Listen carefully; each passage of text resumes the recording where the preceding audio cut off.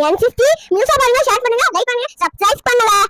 வாக்காளர்கள் 6578. இன்று பதிவான வாக்குகள் 6364.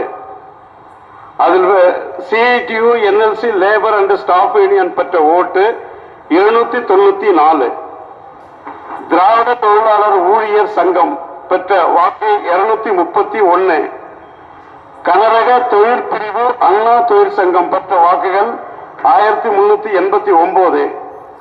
நெய்வேலி லிக்னைட் கார்பரேஷன் மஸ்தூர் சங் பெற்ற வாக்குகள் 58. என்எல்சி பாட்டாளி தொழிற்சங்கம் பெற்ற வாக்குகள் 1385. என்எல்சி ஒர்க்கர்ஸ் புரோகிரஸ் யூனியன் பெற்ற வாக்குகள் 2507. இது இன்வாலிட் ஓட்டு ஒண்ணு கூட இல்லை. எவ்வளவு ஓட்டு போனாச்சோ அதை அந்தந்த யூனியனுக்கு அறிவிச்சாச்சு. ஒத்துழைப்பு கொடுத்த மிக சிறப்பான முறையில் எங்க மினிஸ்ட்ரி சார்பாக நடைபெற்ற இந்த ரகசிய வாக்கெடுப்பில் நிர்வாகம் வந்து பல மாநிலங்களிலிருந்து வர வைக்கப்பட்ட தேர்தல் அலுவலர்களை சிறப்பான முறையில் எங்களை கேர் எடுத்தாருங்க.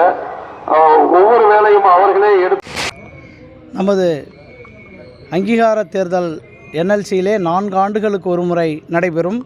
அதில் 6578 பேர் தகுதியுடைய வாக்காளர்களாக இருந்தார்கள். வாக்கு அளித்தவர்கள் 6364 பேர். அதில் தோமுசா முதன்மை சங்கமாக 2507 வாக்குகள் பெற்று முதன்மை சங்கமாக 39.39% ஆஃப் ஓட்டை பெற்றுள்ளோம். கடந்த தேர்தலை விட நாங்கள் 10% மேல் பெற்றுள்ளோம். இதற்கு தொழிலாளர்களுக்கு முதலில் நன்றியை தெரிவித்துக் கொள்கிறேன். எங்களுக்கு வழிகாட்டியாக இருந்த பேரவையினுடைய பொதுச் செயலாளர் அண்ணன் மு. சண்முகம் அவர்களுக்கும், நமது